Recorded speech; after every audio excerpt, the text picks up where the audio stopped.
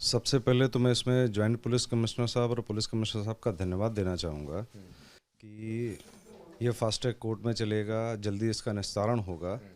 इससे रिजवान सोलंकी के प्लॉट पर जिन लोगों ने आग लगाई और जिन लोगों ने इस घटना को कारित किया, उनको सज़ा दिलाने में बड़ी आसानी होगी और बहुत अच्छा होगा और जल्दी ही न्याय मिलेगा। अच्छा, फास्ट ट्रैक कोर्ट में अगर मामले चलेंगे तो क्या लगता है कितने दिन में निस्तारित हो जाएगा ये मामला? देखिए, 6 महीने में हो जाना चाहिए। हाई कोर्ट का डायरेक्शन भी है कि 6 महीने में डिस्पोजल हो जाना चाहिए। बाकी एज फिट हमारे विटनेस सारे आ जाएं, सरकार के सारे विटनेस आ जाएं, और इसमें जो भी 319 CRPC में जो भी कार्रवाई आगे होनी है कि जिन लोगों ने आग लगाई है, यदि वो ही पीड़ित बन रहे हैं तो उनको भी सज़ा दिलाने का काम माननीय न्यायालय ही करेगा। कौन कौन सी धाराएं हैं जो इसमें लगी हुई हैं और कितनी सजाएं उसमें हो सकती हैं अगर कनेक्शन हुआ तो? इसमें मेन जो धाराएं हैं वो 436 IPC है, 327 IPC और 386 IPC है। तो 327 और 386 IPC में 10 साल का पनिशमेंट है और 436 में मैक्सिमम आजीवन कारावास तक का है। पर ये सभी धाराएं रिजवान सोलंकी पर तो नहीं बनती हैं, पर जिन लोगों ने आग लगाई है उन पर जरूर बनती हैं। इरफान पर क्या बन रही है? नहीं, इरफान पर तो बन ही नहीं रही। इरफान का तो कहीं नाम भी नहीं आया है, किसी गवाह ने भी नाम नहीं लिया है। इवन जो पीड़िता है उन्होंने भी इरफान का नाम नहीं लिया है। अब ये तो जो विवेचक हैं उन्होंने नाम कहाँ से शामिल किया, वो तो जब क्रॉस एग्जामिन होगा तो उसे हम बताएंगे कि उन्होंने नाम कहाँ से इरफान सोलंकी को लिया है। धाराएं सभी पर सारी हैं, चूँकि वो 120B के साथ कनेक्ट किया गया है, तो धाराएं सभी पर सारी हैं। आपकी क्या कोशिश होगी?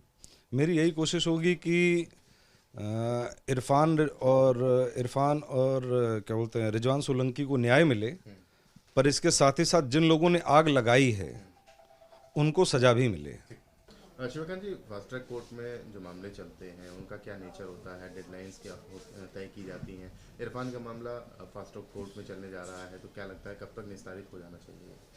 देखिए, फास्ट ट्रैक कोर्ट एक तरीके की कोर्ट होती है जिनमें कुछ निश्चित मामले, कुछ स्पेसिफिक मामलों का सुनवाई के लिए दिया जाता है, और वहाँ पर ये उम्मीद होती है और ऐसा वो करते भी हैं कि उस मामले को बहुत स्पीडी का मतलब नेग्लिजेंट नहीं, लेकिन स्पीडी ट्रायल होता है। स्पीडी ट्रायल का ये है कि अननेसेसरी डेट्स नहीं पड़ेंगी, अननेसेसरी के लिए कोई और एडजर्नमेंट्स नहीं दिए जाएंगे, और मामले का शीघ्रातिशीघ्र, इसमें कोई टाइम तो नहीं आप कर सकते, लेकिन ये आप मान लीजिए कि जितना फास्ट और जितना जल्दी संभव हो सकता है फास्ट ट्रैक कोर्ट में तब मुकदमा चलता है। ये कहा जा रहा कि 5-6 महीने में इस मामले को निस्तारित करने की कोशिश होगी। पुलिस की जो धाराएं लगी हैं वो क्या कहती हैं?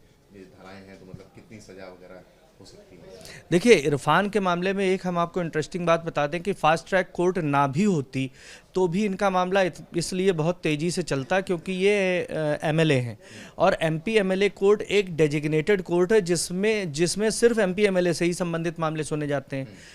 तो किसी भी कंडीशन में, और ऊपर से ये फास्ट ट्रैक कोर्ट है, तो किसी भी कंडीशन में मुझे नहीं लगता कि ये एक हफ्ते में एक डेट से ज़्यादा, मतलब मुझे तो ऐसा लग रहा है हफ्ते में हो सकता है 2 या 3 डेट्स भी पड़े। और ये एक विधि का स्थापित सिद्धांत है, एक CRPC में है, और सुप्रीम कोर्ट भी कई बार कहता है कि जब गवाह आपका आए तो गवाह वापस नहीं जाना चाहिए। यानी कि प्रोसिक्यूशन ने अपने गवाह बुलाए और गवाह बुलाकर आपने उसकी जिरह कर ली, अब वो गवाह खत्म हो गया, अगली डेट पे आकर खड़े होइए, आप पूरे दिन जिरह करिए। तो ऐसी स्थिति में अगर हम ये एवरेज मान लें कि एक महीने में 7 से 8 डेट पड़ी, तो 7 से 8 गवाह ख़त्म हो जाएंगे। और किसी भी मामले को इस्टेब्लिश करने के लिए सामान्यतः, मतलब ऐसा कोई ये मेरा आकलन है, किसी भी मामले को इस्टेब्लिश करने के लिए सामान्यतः 8 से 10 मुख्य गवाह ही पर्याप्त होते हैं, क्योंकि गवाहों की संख्या नहीं निर्भर करती, क्वालिटी ऑफ द एविडेंस, गुणवत्ता निर्भर करती है। और इनके मामले में जैसे सुन रहे हैं कि कल से शुरू हो रहा है इरफान का मामला, तो कल तो चार्ज बनेगा, कल चार्ज बनेगा, और इसके बाद, कल के बाद ही मुझे ऐसा लग रहा है सोमवार मंगल में कोई डेट पड़ जाएगी जिसमें पहला गवाह आ जाएगा। मान की चला जाए 5-6 महीने में निस्तारित हो सकता है बहुत आराम से, ऐसा मेरा आकलन है, मतलब मैं आकलन करके बता रहा हूँ, बाकी तो अलग बात है, माननीय कोई उच्च न्यायालय का आदेश आ जाए, कोई और चीज़ हो जाए, लेकिन ऐसा मुझे लग रहा है कि ये 6 महीने बहुत हायर लिमिट है। जिस तरीके से आप लोगों की भी रिपोर्टिंग है और जिस तरीके से शासन ने लिखित में अनुरोध किया है डिस्ट्रिक्ट जज से कि इसे फास्ट ट्रैक में चलाया जाए, तो डेडिकेटली ये फास्ट ही चलाया जाएगा। और जिन मामलों में जो धाराएं इन पर हैं उनमें 10 साल की सज़ा है। तो अगर किसी भी कंडीशन में अगर सज़ा हो गई तो ये 6 महीने बाद ये संभवतः ये सीट खाली हो जाएगी।